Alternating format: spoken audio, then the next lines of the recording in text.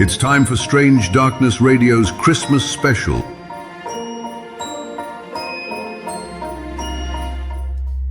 Beware the hollow boy, my friends, whose ribs are carved of ice. He wanders through the freezing dark to test if you'll be nice. For those who hoard their warmth away will pay a chilling price when winter's judgment comes. When winter's judgment comes. Good evening, travelers of the dark. I am your guide, Benson, dragging a lantern through the long winter night, leading you through the shadows of another Christmas tale. You've heard the cozy stories, the sugar-coated myths, the hallmark miracles. But winter keeps older company. Tonight, we walk with 7 spirits that haunt the edges of December. A hollow child of ice, a goblin who knows your secrets, nightmare things from beneath the earth, a horse skull that wants to come inside, a witch at the window, dancers made of red frost, and a sleigh that glides with no sound at all. These are the ones the carols forget, but the snow remembers. So gather close, warm your hands, and do not stray from the path. Our first story comes from the far north, where hunger has a face and winter wears the shape of a child.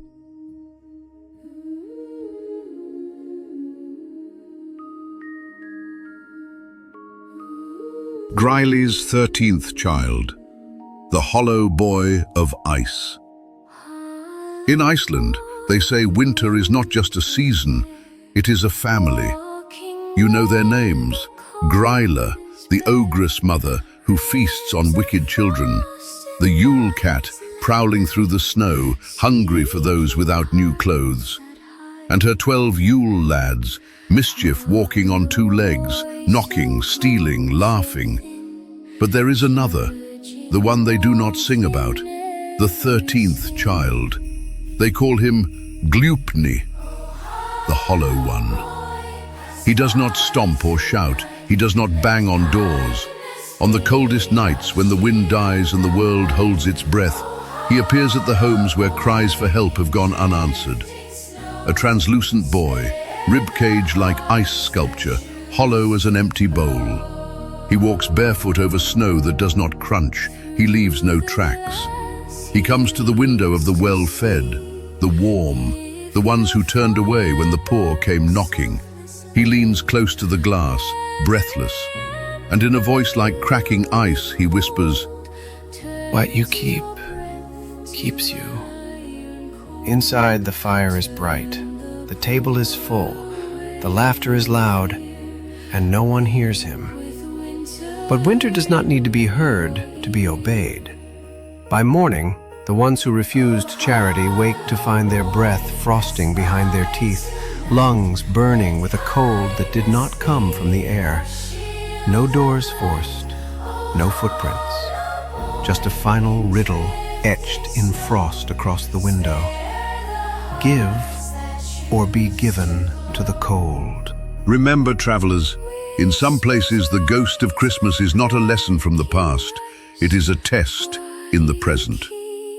But what happens when winter doesn't just test your kindness, it tests your honesty? For our next tale, we walk to the old lands of Germany and Poland, where a tiny goblin in borrowed clothes knows every secret you've tried to bury. The Wendish Hodeken, the goblin that knows your secrets. In the Wendish corners of old Europe, they were a spirit who loves Christmas not for its joy, but for its lies. They call him Hodeken, a small, dwarf-like goblin with a round face, eyes too bright, smile too sharp. He appears only near Christmas, when families gather, when tables groan with food, when everybody pretends to be better than they are. See, Hodeken has a hobby. He collects secrets. On Christmas Eve, when the clock creeps toward midnight, He slips into wardrobes, creeps under beds, rifles through drawers, and he chooses an outfit. Not just any outfit, no, he chooses the clothes of the one he plans to punish. So imagine, traveler, a winter night, firelight dancing on the walls, the whole family gathered.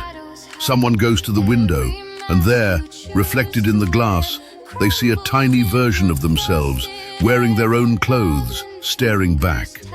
That is Hodeken, and he has found you. On Christmas Day, he begins his work. He tips cups so the drunkard is exposed. He tugs on tongues so cheating hearts slip and confess. He bangs on doors when someone lies about where they've been. He is merciless with those who mistreat children. A slap in anger, a cruel word, a promise broken too many times. You may find your voice gone, your bed rattling at night, your own clothes walking the house without you, until you stand before your family and finally speak the truth. Only then does Hodeken leave, pockets heavy with secrets paid in full. Christmas can hide many things under tinsel and tradition, but not from him. From goblins who expose our lies, we descend deeper, beneath the earth itself, to meet the creatures who spend all year trying to end the world, only to be stopped by Christmas.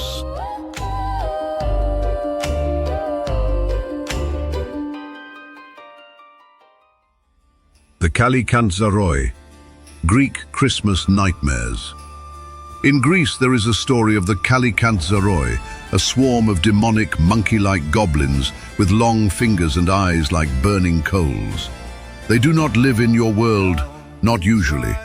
Most of the year they dwell deep underground, at the roots of the great world tree that holds up the earth itself.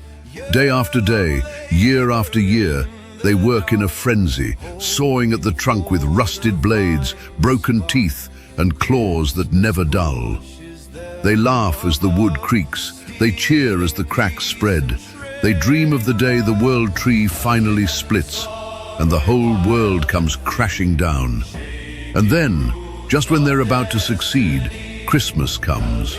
For 12 days, from Christmas to Epiphany, the tree is protected. The goblins are spat out of the underworld, forced up to the surface world like bad dreams breaking into waking life. They spill into villages, into towns, into city streets, howling with frustration. They climb roofs, sneak through chimneys, spoil food, tangle hair, steal shadows. But here is the strange mercy of it. Their chaos saves us. Because while they're busy tormenting humanity, the world tree heals.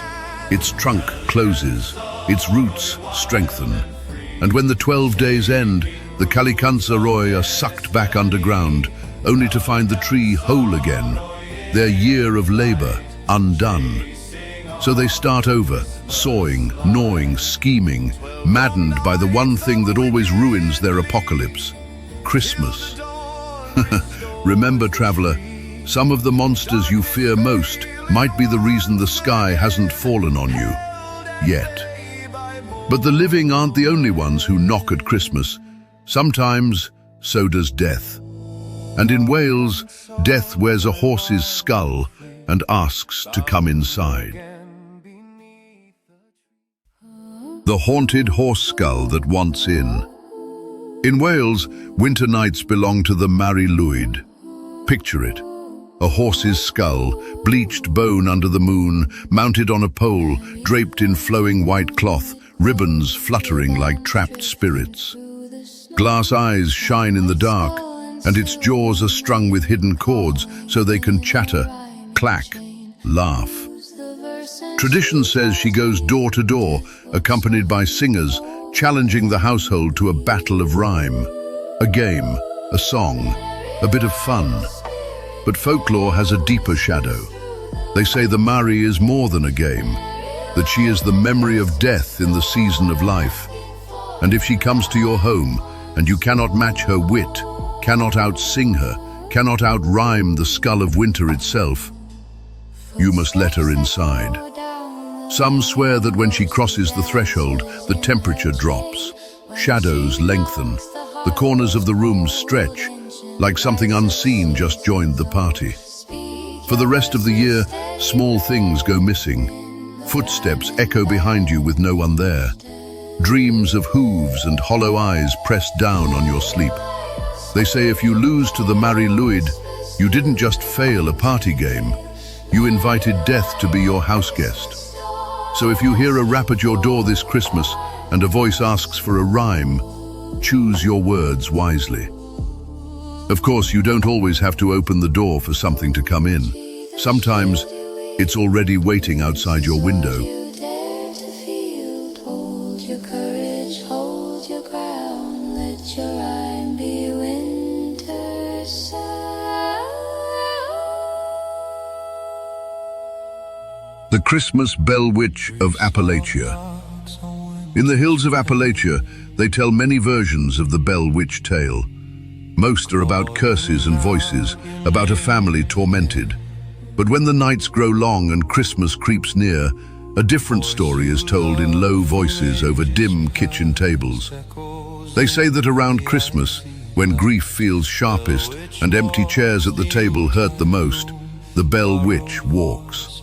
She does not march through doors or shriek from rafters. She takes the shape of sound. First, 3 slow knocks on the window. Families freeze, nobody moves. The second knock comes, louder, insistent. But the third is not a knock at all. It is a voice, the voice of someone you have lost, a mother, a brother, a child, calling your name, asking to be let in, asking for warmth, for just one more Christmas together. If you answer, if you open the door or the window or your heart to that voice, some say you'll feel arms around you that are too cold to belong to the living. And yet, for a moment, you'll believe, you'll talk, you'll laugh, you'll remember. Then the warmth will bleed out of the room, candles will go out, and you'll be left staring into the dark with tears on your face and frost on your breath. Because it was never them, it was her. The Bell Witch doesn't always come to torment. Sometimes, she comes to test how deep your longing goes. The first knock is a warning. The second is a choice. The third is the consequence. We leave the cabins and climb into older forests now, where even the snow remembers blood. For in the Slavic night, there are dancers of crimson frost who do not want partners. They want statues. Let morning's grace send you to your rightful place. The red dancers, Slavic winter spirits. They call them the red dancers, not because they wear red, but because of what's left behind. On the longest nights of the year, deep in Slavic forests where the trees stand like rows of watching giants, the snow sometimes glows faintly. A dull, strange crimson. Hunters used to say, if the snow turns red, go home. For that is when the dancers come. They appear as human shapes made of drifting red frost, their edges constantly unraveling and reforming, like smoke in a wind that isn't there. They circle travelers who stay out too late, slowly, patiently, never touching, step for step, breath for breath, matching their pace. Those who break and run, who panic, sometimes make it back. But those who, out of curiosity or pride, step forward into the circle, stop. Right foot in the ring of red, left foot still in the white. They say you freeze standing, eyes open, heart warm but body gone, your last exhale crystallized in the air like a tiny ghost. By dawn, you just look like another snow-covered figure in a forest full of silent witnesses. And the red dancers move on, looking for their next partner. So if you ever find yourself walking through winter woods and the snow beneath your boots blushes red, you are not alone. We have walked with many spirits tonight, children of ice, goblins of truth, underground saboteurs, skull-faced guests, witches at the window, dancers of crimson frost. But there is one more. It does not knock. It does not call your name. It simply arrives behind you when the world is too quiet. Our final tale rides on black ice and silence. The phantom sleigh of the Dutch marshes. In the Dutch marshlands, where rivers freeze into long black mirrors and fog curls low around the reeds, they speak little of the phantom sleigh. Not because they don't believe, but because they do. Unlike Santa's bright red sleigh, this one is black as spilled ink. No horses, no reins, no driver. It glides over frozen rivers with the smooth, terrible grace of something that does not need friction to move, only permission. But you will not hear it. That is the worst of it. Christmas joy travels with sound. Carols, church bells, laughter, the clink of glasses and the creak of old floors under dancing feet. The phantom sleigh comes when all of that goes silent. On certain nights, a lone traveler will step out onto the frozen marsh, breath hanging in the air like ghosts, listening for the cheerful jingle of sleigh bells from some distant cottage. And what they hear is nothing. No bells, no wind, just a thick, heavy quiet.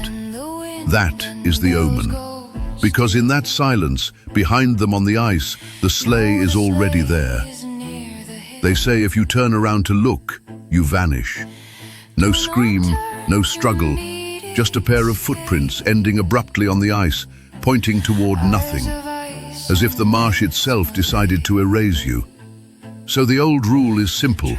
On Christmas night, if the world suddenly goes too quiet, no dogs, no bells, no wind, do not turn around, walk forward, pray, and hope the sleigh has chosen someone else. And so, travelers, we have reached the end of the road once more. Tonight, you walked beside the hollow boy, who measures kindness in the cold, the goblin who lays truth bare, the underworld fiends gnawing at the world's roots, the horse skull that rhymes with death, the witch who borrows the voices you miss, the dancers of crimson frost, and the sleigh that glides on silence alone. Strange company, yet each leaves behind a spark of meaning glowing faintly, like a coal in cooling ash. Be kind, be honest, share your warmth, listen to the quiet. For Christmas is not just glitter and song, it is a crossroads, and something always waits to meet you there. But before my lantern dims, a message from the living world. Bobby Washington and all the hosts of Strange Darkness Radio, thank you for an amazing year. Your stories, your support, your curiosity, you've kept this fire burning through every dark corner we explored together. We hope you've enjoyed this Christmas folklore tale and the reminder that in winter, anything is possible. From our haunted hearth to yours, we wish you a very Merry Christmas and a wondrous New Year filled with mystery, magic, and light.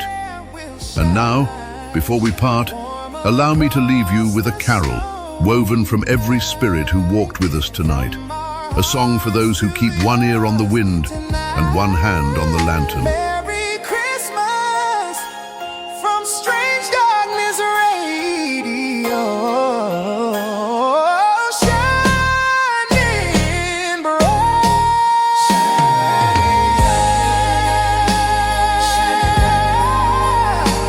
Shining bright. Oh, yeah. Shining bright. Oh, shining bright. Shining bright. Shining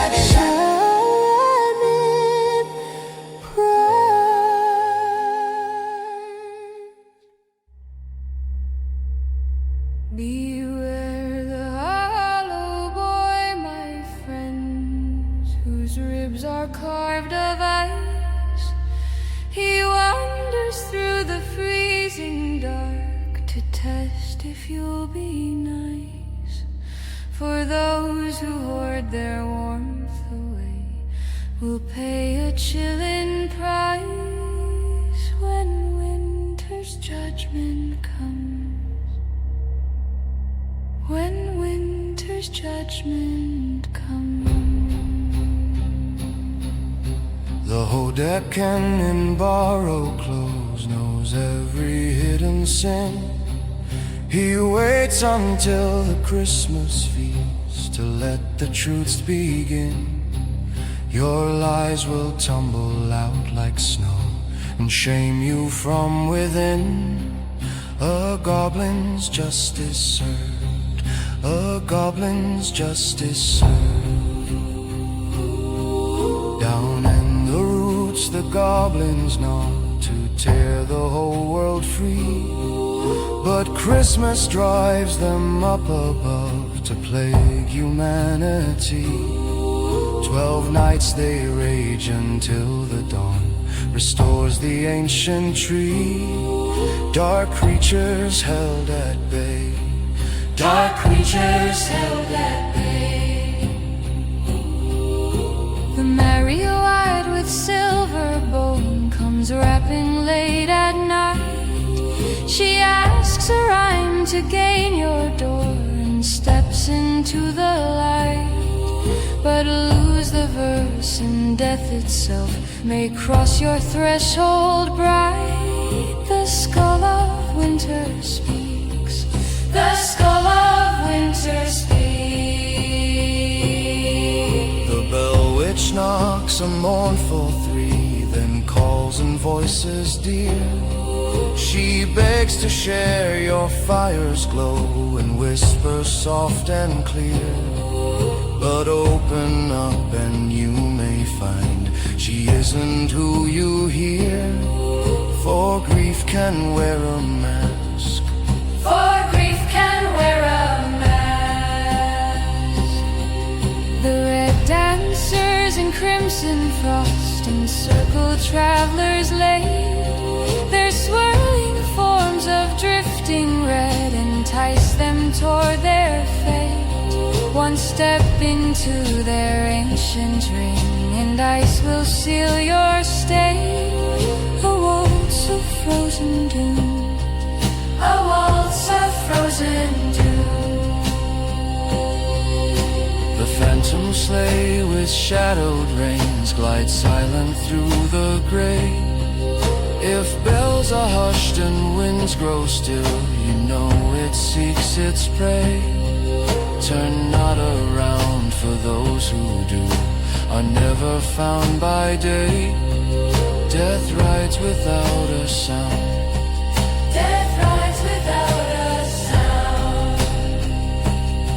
so guard your heart and tend your flame when nights are long and cold.